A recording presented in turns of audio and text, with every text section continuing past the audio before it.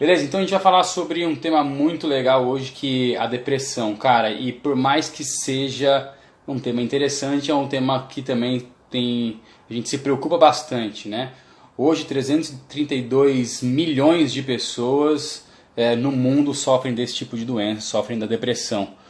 No Brasil, isso representa 4% da população mundial, mais ou menos, né? Sofre dessa doença que é a depressão. É a doença que mais cresce hoje no mundo.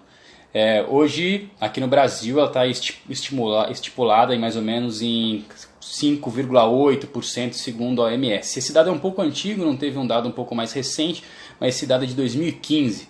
Com certeza deve ter subido um pouco mais esse índice. Nada mais também justifica do que as indústrias farmacêuticas terem crescido, cara, em números abruptos de resultados financeiros nesses últimos anos também, né? A indústria que mais cresce é a indústria farmacêutica.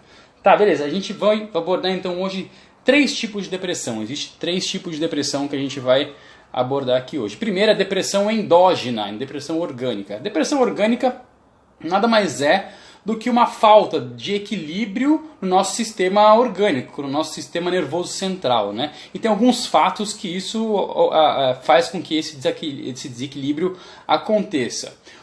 Por exemplo, o uso de medicamentos que alteram essa produção de serotonina, alguns medicamentos como medicamento para emagrecer, medicamentos ansiolíticos, calmantes. Esses medicamentos podem ter alguma alteração química no nosso cérebro, né, na nossa psique, e aí causa uma deficiência nesses neurotransmissores que aí a gente tem que depois regular com esses medicamentos. Então, o uso desses medicamentos pode ter essa primeira depressão que a gente chama de depressão endógena. A depressão, a gente voltando um pouco, depressão nada mais é do que a perda de autoestima. A perda de autoestima a energia de autoestima é o que regula a gente a estar sempre se socializando, né? A nossa energia que nos rege, a nossa energia vital. A segunda é a depressão aguda. A depressão aguda, ela tem, como ela diz, ela é aguda, ela é um pico só. E ela acontece em momentos onde a gente perde a provisão das necessidades narcísicas, de reconhecimento e segurança. Por isso que eu falei que a gente ia abordar alguma coisa que a gente viu na live passada. Então, quando a gente fica fixado, que eu falei na live passada, quando a gente fica fixado nessas provisões de segurança e reconhecimento, a gente acaba tendo pouca frustração, pouca tolerância à contrariedade, né, de reconhecimento e segurança, e a gente acaba se frustrando e a nossa energia de autoestima ela baixa. Abaixou a energia de autoestima, logo eu já estou num processo depressivo. O que caracteriza, por exemplo, algumas depressões agudas? A perda de um ente querido, por exemplo, a perda de um relacionamento, a perda de um trabalho, né? Isso são coisas que mexem com as nossas provisões e que de certa forma a gente tem uma depressão aguda ali. Eu passo algum tempo, seja lá 1, 2, 3 semanas, um mês até, que é considerável uma depressão aguda, dependendo do falecimento de um ente super querido, aí, um ente próximo, né? A partir disso, aí a gente já pode começar a ter algumas evidências e ter algumas pesquisas sobre o paciente de se vai virar uma depressão crônica ou não, né? Que é a terceira parte da depressão, o terceiro ponto da depressão, que é a depressão crônica. A depressão crônica nada mais é que um acúmulo de situações que vão se acumulando, vão se cultivando ao longo do tempo, né? Ela não é uma coisa que acontece no momento, a gente não fica depressivo de um dia para o outro, né? Depressão crônica é um acúmulo da vida, cara, das coisas que a gente não consegue resolver. E está muito ligado a mágoas, a culpas, a sentimentos de inferioridade, a falta desse provisionamento mesmo que eu falei, de segurança e reconhecimento, a raivas. Então todos esses sentimentos eles fazem com que a gente perca a nossa autoestima, né? E aí baixando a autoestima a gente acaba entrando nesse processo. O interessante de verificar dentro de qualquer tipo de processo depressivo é que a falta de provisão que eu coloco, e às vezes e aí que está o ponto que a gente sempre coloca aqui, né? Quando eu coloco a minha felicidade, quando eu coloco minha forma de viver no outro que está lá do outro lado, que está me dando algum tipo de coisa, ou me dá uma segurança, ou me dá um reconhecimento, ou que seja um trabalho que me remunere bem. Quando eu coloco a minha felicidade nisso e eu perco e essa coisa vai embora, eu entro num processo mais para baixo, né? Eu entro num processo depressivo. Então, o que a gente tem que fazer? Se tornar inteiro e não se tornar metade, né? Entender que esses processos, eles fazem parte da vida como uma forma de aprendizado, ter uma mudança de percepção em relação a isso, para aí sim a gente começar também a exercitar as nossas tolerâncias à frustração, porque o depressivo, ele não tem tolerância à frustração. O depressivo ele não tolera nada. Tudo que frustra ele, qualquer coisa que frustra ele vai ficar putinho, vai ficar bravinho e não vai aceitar. Até quem está em depressões crônicas procura não satisfazer o que essa pessoa quer no processo depressivo, né? Porque também a gente tem que entender o seguinte: o processo depressivo ele é muito, lógico, é uma doença, mas no entanto também a pessoa que está nesse processo há muito tempo, ela tem seus ganhos de estar na doença. É muito doido isso, mas a gente tem que parar para analisar isso. E é batata, a gente vê muito, eu vejo muito em consultório isso. Às vezes as pessoas estão doentes e preferem estar na doença. Porque com a doença tem aquela parte, vamos dizer, do vitimismo. Do coitado, olha, não faz isso, vamos servir ele que ele está sempre bem, olha, está precisando de um cuidado, vamos alimentar ele, você está bem, querido, está bem, liga, você está precisando de alguma coisa. Então, essa provisão que o depressivo ele precisa ter, e ele quer ter, e muitas vezes ele não quer sair da doença. Entende? Porque ele vai ter que enfrentar as situações da vida, ele vai ter que lidar com a contrariedade. Nem tudo vai ficar fácil para ele sempre, porque a vida não é fácil. A gente dá umas pauladas aí, né? E ela dá umas pauladas na gente também, então a gente tem que lidar com isso. Então é muito interessante a gente ter qual o ponto, né? Qual o ponto que eu tô realmente no processo depressivo e quero sair daquilo. Ou eu estou num processo depressivo, mas no fundo eu gosto daquilo. Eu gosto daquele carinho, eu gosto daquele afeto, né? E aí vamos um pouco então para como funciona esse processo crônico na visão da psicanálise, né? Como que isso se instaura, como isso se estabelece, quais as coisas que tem de consequências, né? Então o Freud foi muito claro, e sempre você vai ver aqui que a gente vai utilizar as tópicas dele de como funciona o nosso aparelho psíquico, né? Então, para quem já viu outras vezes, nosso aparelho psíquico funciona em inconsciente, pré-consciente e consciente, ok? Sendo que o inconsciente é 95% de representação e o consciente 5% de representação. O inconsciente ele é uma caixa vazia, ele é uma caixa vazia no sentido que a gente vai colocando lixo lá dentro, né? Vivências lá dentro. Mas ele é uma caixa que ele guarda todas as vivências, todas as memórias. E ele não tem tempo. Ele não tem tempo cronológico. Ele não sabe hoje que a gente está em 2019. Ele não sabe disso hoje. Ele acha que às vezes a gente está, enfim, em alguma vivência que a gente acessa. Tanto que às vezes uma coisa para a gente ter consciência disso, às vezes a gente sente o cheiro de alguma coisa, ouve a música, ouve alguma coisa que nos remete a determinada infância ou determinado período da adolescência, entende? Não tem como eu ouvir a música e aí eu lembro, essa música foi em 1992, no dia tal. Ele não tem essa caixa organizada, ele é uma bagunça lá dentro, uma bagunça. Bom, dito isso, ele acumula todas as experiências, correto? E as experiências que a gente considerou positiva e que a gente considerou negativa. As experiências negativas, lembra que eu falei aqui que são culpas, mágoas, raivas, sentimento de inferioridade, frustrações relacionadas a isso. Então vamos imaginar aqui, o nosso inconsciente está aqui, como se fosse uma piscina de bolinha, cheia de bolinha.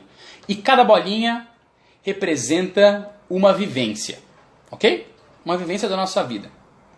De novo, seja ela positiva ou seja ela negativa. Dentro da gente existe o id, que Freud falou, que é o impulso dos nossos desejos. Ele que vai impulsionar tudo para satisfazer os desejos. Ok? As nossas necessidades, as nossas vontades. Então o que acontece? Quando eu tenho um impulso que vai fazer com que saia do meu id para bater no meu consciente, o que ele faz? É como se fosse uma rede de pescador. Ó, bolinha está aqui. Como se fosse uma rede de pescador, ele vai trazendo tudo para o nível consciente. Só que tem uma coisa, o nosso consciente ele é formado pelo nosso ego. E o ego, ele tem um instinto de defesa. Tudo que é desagradável me gera defesa, e tudo que é agradável não me gera defesa, obviamente. Tudo que é prazeroso é fácil, é legal, é bacana, tamo aí, vamos fazer e beleza. Agora, tudo que é desprazeroso me gera defesa. Batata, se eu chegar aí, se o seu chefe chegar, o teu líder falar pra você assim, porra, fulano, que porcaria de relatório é esse aqui que você me apresentou? Como é que eu vou apresentar essa merda aqui pra diretoria? Você tá louco? Logo já vai gerar um sentimento de defesa aí, entendeu? Vai vir aquela vozinha, né? Vai tomar no cu, né? Tipo, só que você não pode fazer, senão você vai ser demitido. Mas gerou defesa, entende? Entende que gera defesa? Nada do desagradável a gente quer lidar. A gente não quer lidar com o desagradável. Então o que acontece? Vai vir essa rede, né? Com essas vivências. E o nosso ego, ele tem energia. E essa energia, como eu disse, ela é a autoestima. E a autoestima ela é regulada por duas energias. Então tá aqui o ego, duas energias. A energia sexual e a energia social. A energia sexual não é apenas o sexo só. A energia sexual é a afetividade, é o carinho, é o abraço, é o afeto, certo? E a energia social é a energia que a gente usa para se relacionar mesmo, socialmente. Ok? Vamos supor que a gente tenha e Freud foi muito inteligente nisso, ele colocou a mente como se fosse um centro econômico, e ele utilizou mesmo. Então, quando eu tenho investimentos aqui, ó, quando eu coloco investimentos, eu vou fazer aplicações, certo? Eu saio do meu id, vou arrastando essas vivências negativas, e eu vou investir no meu ego, ok? Estou investindo no meu ego. O que eu vou fazer? Como eu não quero lidar com as vivências desagradáveis, que elas vêm todas juntas, o meu ego ele vai contra-investir. Olha só, ele vai contra-investir, ele vai barrar as vivências desagradáveis. Ok? Vamos supor que o meu ego ele trabalha com unidades de energia emocional, de 5.000 unidades de energia emocional. Sendo que 2.500 está para o sexual e 2.500 está para o social. Só que eu venho arrastando aqui, ó, 3.000 unidades de energia emocional das vivências negativas que eu coloquei. Logo, eu vou ter que fazer o quê? Usar 3.000 unidades de energia emocional para bloquear isso. Instalou-se aí o processo depressivo. Eu estou perdendo energia da minha autoestima. Entende? Comecei a perder energia da minha autoestima. E qual que é a primeira energia que vai? É a sexual. Tanto que pessoas depressivas, a primeira energia que vai embora é a libido. Não tem mais prazer, não tem mais tesão dentro de um relacionamento conjugal, não se tem mais a sexualidade, não se tem mais a afetividade, o desenvolvimento sexual, não se tem mais isso. E depois vai se perdendo a afetividade, vai se criando um processo de embotamento até chegar na parte social. Então, percebe que eu tenho 3.000 aqui, preciso usar 3.000 aqui, já usei 2.500 da sexual e estou usando 500 da social, já começo a baixar a minha autoestima aqui, já começo a baixar o meu processo, já começo a entrar em processo realmente depressivo. Então, entendeu o que acontece? E por que eu falo que todos nós, eu falei até no vídeo da chamada, todos nós somos em certo grau depressivo? Porque eu nunca vou ter resolvido toda essas minhas vivências aqui. Eu sempre vou estar me frustrando por alguma coisa. Certo? Sempre vou estar com alguma mágoa, com alguma raiva de alguma coisa. Pô, a gente não é Buda. Entende? Então, não tem como a gente sempre estar 100% bem. Quem dera um dia a gente atingir esse patamar. Daqui a uns milhões de anos talvez a gente atinja, mas não hoje. Então eu sempre vou estar usando alguma energia da minha autoestima para eu manter as minhas vivências lá atrás.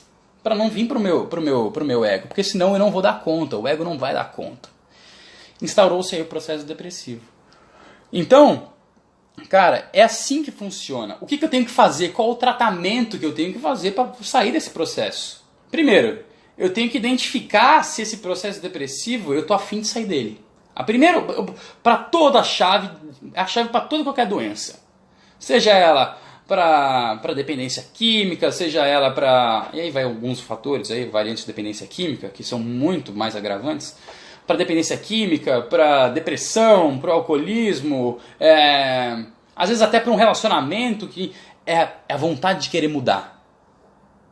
É falar, cheguei no fundo do poço, tô na merda mesmo e tá foda e aí eu vou querer mudar. Entende? O primeiro passo é querer mudar. O segundo passo é mudança de percepção de vida.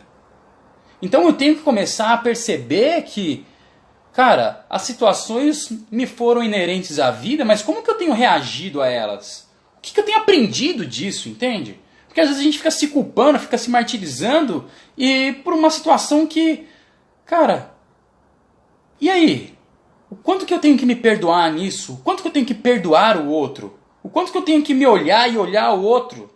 Porque se eu ficar fixado nessa base psíquica de reconhecimento e segurança, cara, uma hora ou outra vai dar merda, porque não tem quem aguente sempre ter que ficar sendo provisionado. Não tem, uma hora você vai estourar, você vai cansar de você, de procurar felicidade no externo, de procurar se preencher com o externo, você vai ficar vazio. Quantas pessoas já atendo em consultório hoje que falam assim, eu falo, no seu silêncio, você sente mais angústia ou paz?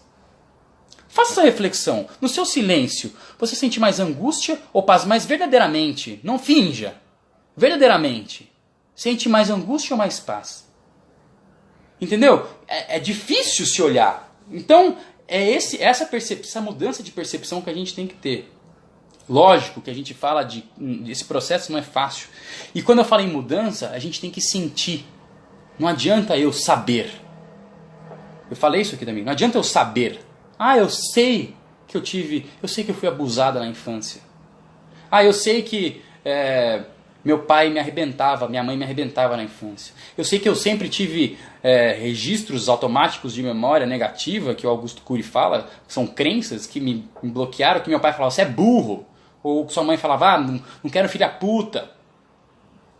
Entende? Essas coisas te limitam. Mas não basta só eu saber dos fatos. Eu tenho que ir lá e vivenciar os fatos. Eu tenho que sentir a raiva. Eu tenho que sentir a culpa. Eu tenho que sentir o sentimento de inferioridade. Eu tenho que sentir essas mágoas. Pra aí eu começar a falar assim, caralho, tô aqui.